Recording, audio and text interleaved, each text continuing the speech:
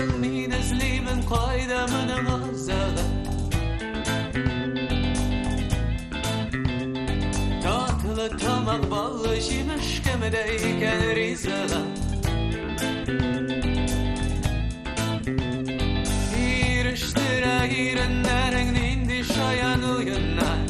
Stərlibaş avluna qədər yaxınca 120 kilometr yol var. İşaretin getiresin ağı boşanğan kızlar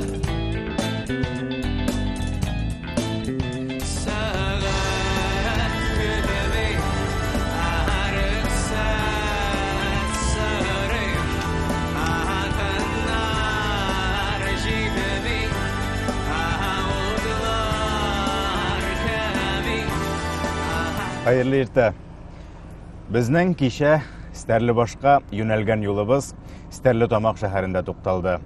Ne desəң də, Stərlibaş yağı tarixin Stərlitomaqdan başqa bir nişikdə көз алдына кетіріп булмый. Алар бик тыгыз бәйле. Аннан соң Башкортстанда Уфадан кала халык саны буенча 2нче урында торган шәһәрне, һәм инде аның тирәсендә булган табигать һәйкәлләрен bir нишектә читтә калдырырга ярамый. Киттек. Исеменнән күренгәнчә, Стәрлетамак Стәрли елгасы тамагында торучы шәһәр. Стәрлетамак Башкортстанның кыл уртасында диярлек урнашкан һәм бүгенге көндә республиканың әһәмиятле химия һәм машина төзелеше үзәге булып тора.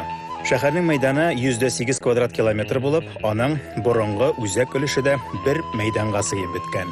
Дөресен генә әйткәндә, безнең план буенча шәһәр турындагы мәгълүмат шушының белән генә шикләнеп, без бу төбәкнең бизәге булган Шиханнарга, аннан Стәрлебашка юл тотасы идек. Әмма капот астында ят тавыш чыгу сәбәпле запас частьләр кибете ачылганчы шәһәрдән китмәскә булдык. Якшәмбе, сәгать иртәнге 6 biz буш урамнарга сукланып йөрибез. Стәрлетамак шәһәренең тарихы 18нче гасырның 30нчы елларыннан ук башланып китә. Нәкъ менә бу вакытта әлеге җирлектә Ашкадар дип аталган почта ямы барлыкка килә. Ул вакытта әле Стәрлетамак дигән исем булмый. Әлеге почта ямының барлыкка килү тарихы Оренбург шәһәре төзелешенә бәйле. Ул вакытта инде Оренбург кирмәне. Хикмәт шунда, Урал регионының тынычлыгын, иминлеген тәэмин итү өчен һәм Рәсәй составына кергән Башкортстан җирләрендә Рәсәй хөкүмәтенең көчен арттыру өчен менә шушы Оренбург кирмәне кебек берничә кирмәннәр төзелү планга кертелә. Оренбургның инде проекты раслана һәм бу шәһәрнең төгәл булачак урыны билгеләнә. Уфа шәһәре бар, Оренбург кирмәне бар. Аларның аралары ерак булу сәбәпле шушы почта ямнары булдыру күз алдында тотыла. Алар инде бер-берсеннән 20-30 чакрым ераклыкта урнашкан почта станцияләре дип аңлыйк. Ям сүзе Рәсәйдә 13нче гасырдан башлап 18нче гасырга кадәр киң кулланылышта булган термин. Почта станциясендә юлда йөрүчеләр тукталып, атларын алыштырып, ял итеп алу мөмкинлегенә ия булганнар. Менә шушы почта станциясеннән ямнан, Ашкадар ямыннан шушы Стәрлетамак шәһәренең тарихы башланып китә дә инде. Әйткәнемчә, шәһәрнең иң борынгы һәм иң матур өлеше аның үзәк мәйданында. Ходайбердин һәм Тынычлык урамнары кисешкән тирәдә урнашкан. Стәрлетамакның театры да, кинотеатры да, музее да, төп һәйкәлләре дә бер урынга сыеп беткән диярлек. Бу яктан Стәрлетамак бик җыйнак шәһәр.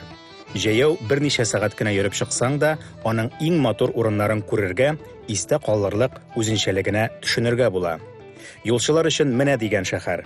Безне бигрәк тә якшәмбе көн сәгать 10ннан булса да эшләүче автосервис сөендерде. Тимер атыбызның бар гаебе реминнән генә булып, аны алыштыргач кичекмәстән Шиханнарга юнәлдек. Шихан дип тигез җирдә ялгыз гына басып торучы бик биек калкулыкны атыйлар. Кагыйдә буларак алар дөрес конус формасында булалар. Ягъни аларның бер ягы сүзәгрәк, икенче ягы текәрәк дигән әйбер түгел. Алар барлык яктан да тигез һәм матур булып күренәләр. Стәрлетамак тирәсендә шундый 3 шихан бар. Алар Йөрәктау, Куштау һәм Туратау дип аталалар. Дөресен генә әйткәндә, без Стәрлетамактан чыгып Туратауга таба бара башлаган идек, ләкин ул бик популяр һәм бу тирәдәге шиханнарның иң моторы дип билгеле. Шуңа күрә анда Шират күперне чыгарга Шират тора, бүке җыелган. Без инде бүтән якка борылып, калган 2 шихан янына килдек. һәм бер дә кызганмадык, әйтергә кирәк. Аларның берсе шушы Йөрәктау, русча ул Юрактау дип языла. Икенчесе Куштау. Дөрес, Куштау дигәне аның мин әйткән конус формасындагы шиханга бик ошап бетмәгән. Чөнки ул тау сырты формасында, ләкин ул да шихан. Әлеге шиханнарның яше 230 миллион ел элек. Алар шул вакытта ук барлыкка килгәннәр. Бу Пермь диңгезе төбендәге кораллар. Ягъни без хәзер ул чорга күчсәк, без диңгез төбендә басып торыр идек, ә безнең өстә ким дигәндә 400 метрдан артык диңгез суы булыр иде. Әлеге урыннар туристлар арасында бик популяр инде, әйткәнемчә, аеруча Торалтау, чөнки анда ял өчен туристик маршрутлар, мәгарәләргә керүләр барысы да әйбәтрәк оештырылган. Бу тауларны шулай ук үз итәләр. Бигрәк тә шушы Куштау дигәнен, чөнки анда әле җәй көне генә түгел, кыш көне дә килергә була. Анда чаңгы шоу трассасы оештырылган. Стәрлетамакның сәнәгать белән яшәүче шәһәр икәнлеге ерактан ук күзгә ташлана. Аптырарлык түгел, бу җирләр файдалы казылмаларга бик бай. Шәһәрдән нибары 50 километр ераклыкта гына Урал таулары башлануы үзен сиздерә. Хәзерге вакытта Стәрлетамакның иң әһәмиятле предприятиеләренең берсе сода. Шәһәргә терәлеп торган шиханнарны эшкәртеп, алардан чимал алып яши ул. Әлеге канат юллар Стәрлетамактан Шахтау дип аталучы шиханга таба сузылган. Шахтау 1950 елдан бирле эшкәртелә. Хәзерге вакытта без аны шихан итеп күрсәтә алмыйбыз. Чөнки заманында 400 метрга калкып торган табигать һәйкәле урынында бүген 200 метрлы чокыр гына калган инде. Содага чимал кими, һәм ул берничә ел элек башка шиханнарга да көрәк суза башлады инде. Ләкин халык нык тора һәм әлеге мәхәббәт һәйкәлләр киләсе буыннарны да сокландырыр дигән өмет бар.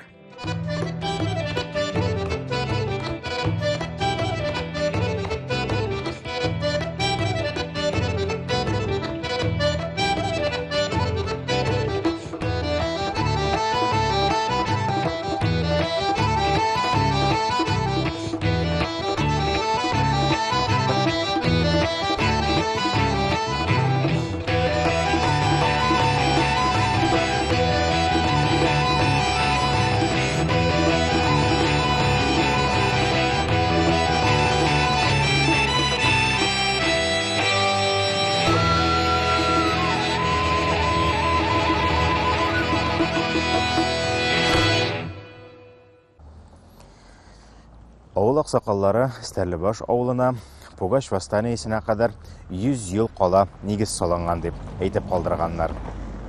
Дөрестән дә Стәрлебаш авылы тарихына багышланган тарихи хезмәтләргә күз салсак, анда да авылның башлангычы итеп 1680 ел исәпләнә. Ләкин халык хәтеренә 100 ел алдан төзелгән, шул вакыйга кадәр 100 ел алдан төзелгән дигән сүзләр, ул 150 елда булырга мөмкин, 200 елда булырга мөмкин. Без 2-3 ел элек булган вакыйгаларны да, бер 4-5 ел бардыр инде аңа дип сөйлибез. Инде гасырлар турында сүз барганда, әлбәттә, шомалаулар да 50-100 елга артып та китергә мөмкин. Ни өчен әйтәм? Чөнки әлеге авылның 1583 елда ук нигез салынган дигән фаразы да бар, фикере дә бар. Бу инде фараз гына түгел, шулай ук теркәлеп калдырылган даталар. Шушы вакытта Казан ханлыгы инде яулап алынган була һәм Казанның әле мөстәкыйлеге өчен көрәшүчеләр, сугышчылар шушы якларга килеп чыгып, алар биредә тауга сыенып үзләренә авыл салганнар һәм ул авылның исеме Каргалы булган дип тә әйтәләр. Стәрлебашны 1583 елны безнең восстаниедә йөргән бабайлар салганнар. Сугышалар, ранилар, ял итәргә кирәк. Монда крепость Каргалы булган. Аны Субадай батыр җимергән алып. Күп сөйләп барсам туктатырсам, мин сөйләп барсам туктай алмыйм. Стәрлебаш турында. Шуннан 1583 елны урыслар бик каты итеп восстаниене бастырганнар безнең. Вич, яндырганнар туташ. Барырга урын юк. Шуннан 17 кеше гаиләләр белән сугышчылар, кем раненый, кем имгәнгән иткән, җыелган нарык буенда, бер акланда сөйләшкәннәр да Әйдәгіз элекке қорғалы орнына шығып кетеміз. Bu ay oğuzu. Hem 17 aile семьялары тия мында келгендер. Мына bu yurt, мына bu урам, ең бірінші урам. Мына мында аста шешма бар, көрсәтірмін. 6 шешманда. Мына шушында келіп шушы тау қырында мына шу урамны салғандар. Bu uramның ismi шешма урамы. Аны Хасанов үйретеді қазір. Bu ең тауғы урам. Әлеге җирлекнең иң борынгы тарихына күз салсак, Зәки абый фикеренчә, Идел буе Болгар дәүләте төзелгәнче биредә угорлар яшәгән. Бу хәзерге хантлар, венгрларга якын кабиләләр. Соңрак төрки телле, Иран телле кабиләләр белән кушылып, Евразиядә яшәүче бик күп халыкларның шәҗәрәсенә кирип кала алар. Шул исәптән Идел буе Болгар халкыныкына да.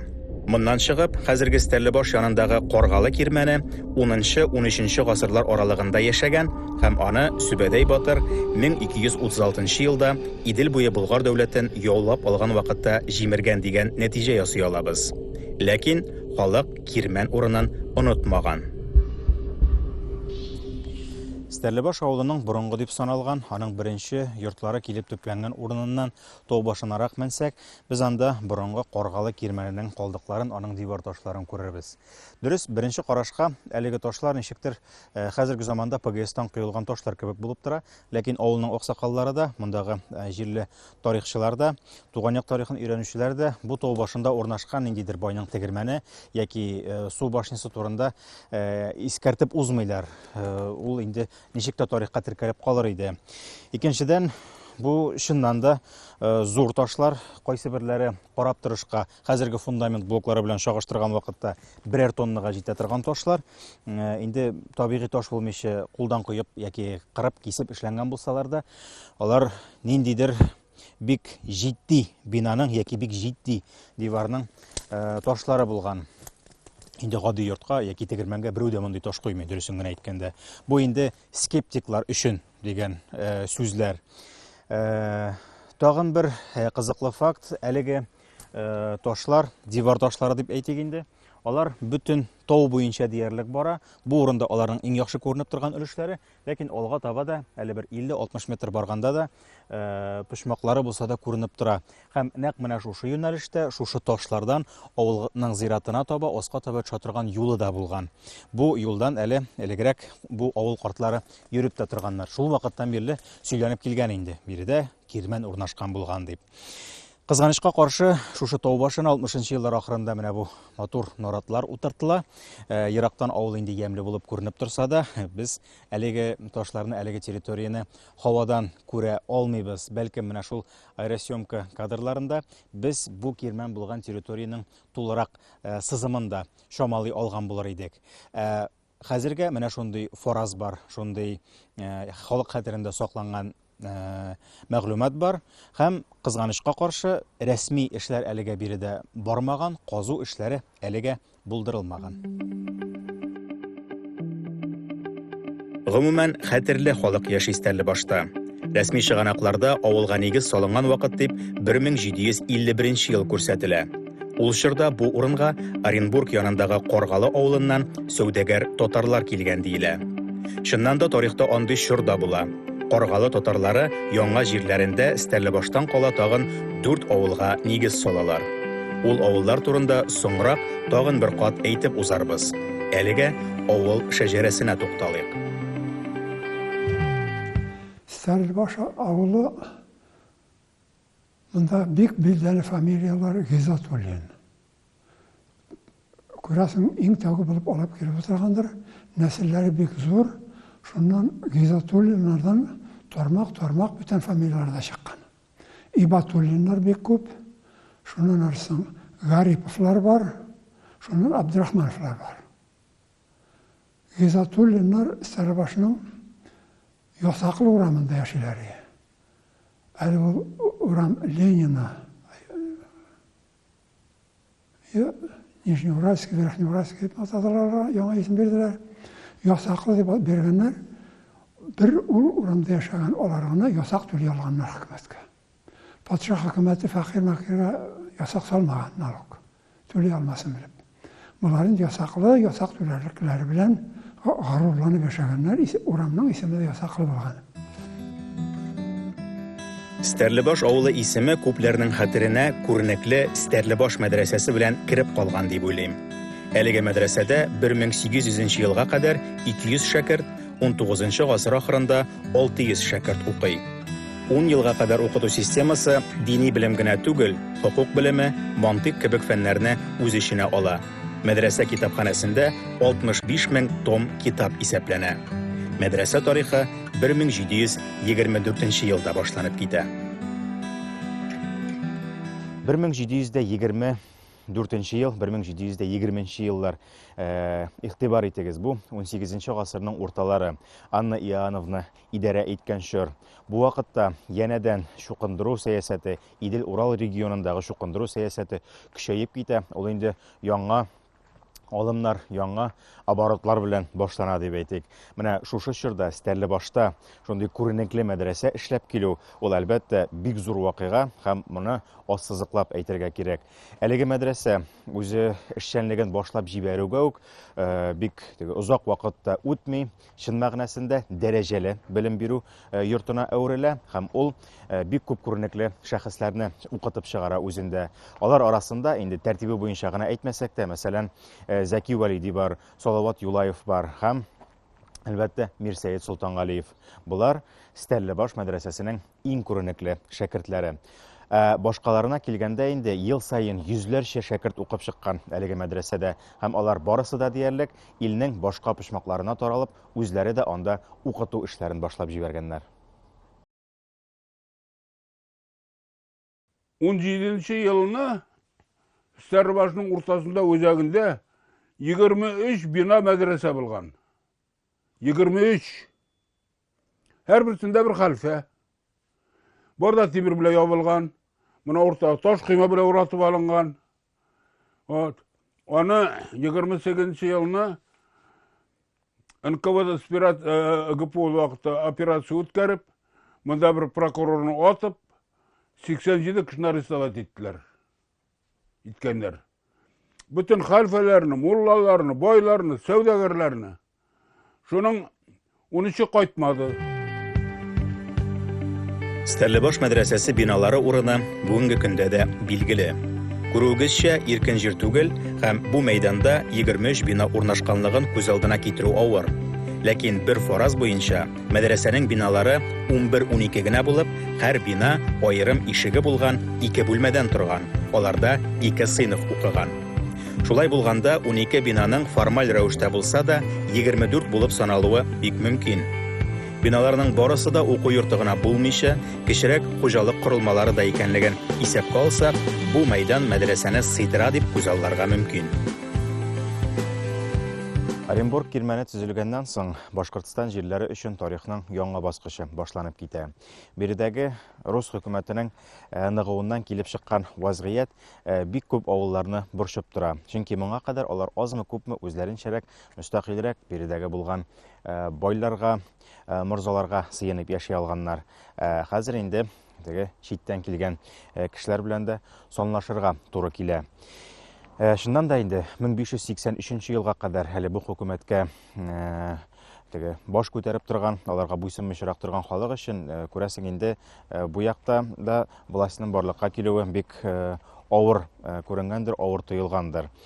Шулай да, менә Стәрлебаш авылы тарихына килсәк, ул нинди генә чорны алсак та, башка авыллар арасында аерылып тора. Юкка гына аны татарның иң матур, иң бай һәм кабатланмас тарихлы авылы дип сөйләми биредә яшәүчеләр һәм җирле тарихчылар.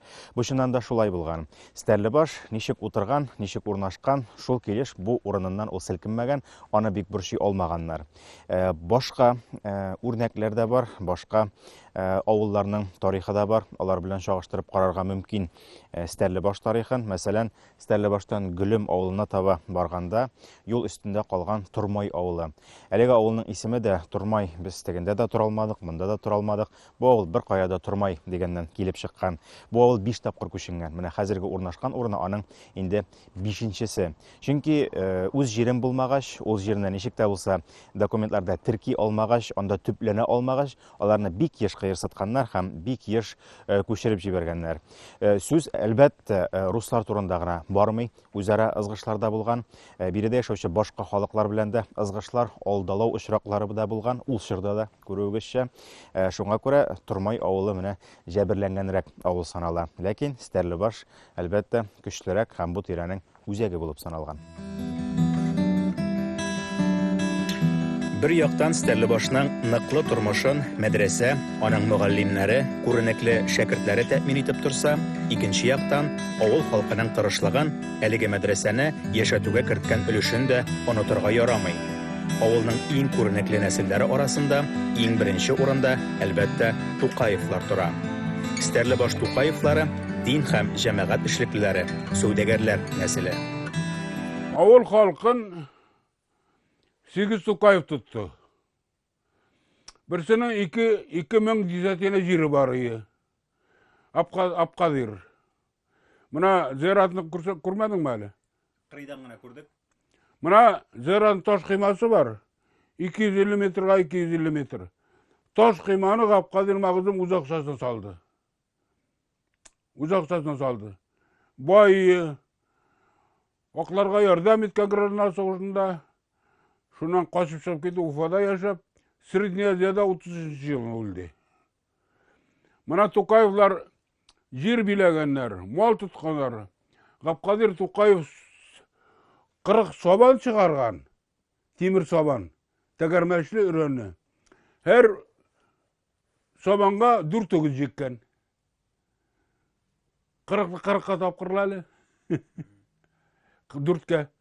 240 үгезе булган. Будайны каты будай үстергән. Нигә Римгә саткан, теге спагетти ясарга. Римнәр сатып алганнар. Менә Сартамак, Кала утары дигән утар бар анда. Аларның келәтләре булган, теге конюшнялары булган.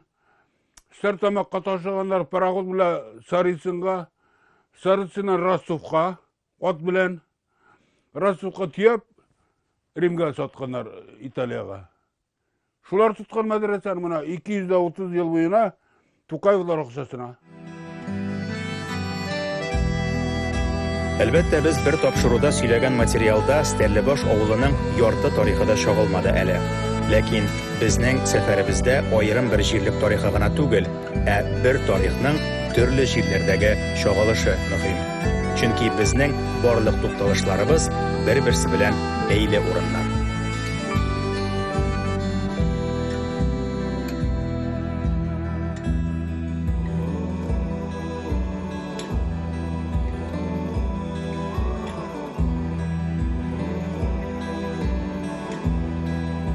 Башкортстан ягыннан Оренбургка таба барган вакытта шик буенда кала торган, инде Стәрлебаш районының бу якка килгәндә соңгы авылы булган Айтуган авылын чыгып, без Мустафа авылын таба юнәлдек. Әлегә шушы Айтуган авылы белән Лисау дигән авыл арасында тукталдык, чөнки Оренбург шиге нәкъ менә шушы ноктадан уза. Лисау дигән авылның сүз уңаеннан русча исеме Кутуевка була. Алай-булай эзли калсагыз буталмагыз дип әйтүем. Аралар бик якын булмаса да, безгә әле Оренбургның үзенә кадәр шактый барырга кирәк. Бу яклар, шушы менә Башкортстандагы татар авыллары бер кайчан да Оренбург ягы авыллары белән элемтәләрен үзмәгәннәр. Алай гына да түгел. Башкортстанда, шушы Стәрлебаш районында Тәтер елгасы буенча урнашкан 4 авыл, алар Тәтер Арыслан, Айдарәле, Ибрай һәм Яшырган дигән авыллар. Шул 4 авыл Каргалы дигән Оренбург өлкәсендәге, Оренбургның үзенә терәлеп торган Каргалы дигән авылдан күчеп киткән кешеләр тарафыннан төзелгән. Һәм бүгенге көндә дә аларның аралары гел якын, берсен-берсе табып, берсен-берсе белеп, тарихларын барлап яшиләр. Шуңа күрә безнең нәкъ менә шушы маршрут белән экспедициябызны Оренбургка таба дәвам итүебез һич тә юкка түгел. Ул якның тарихын без бераз соңрак барларбыз.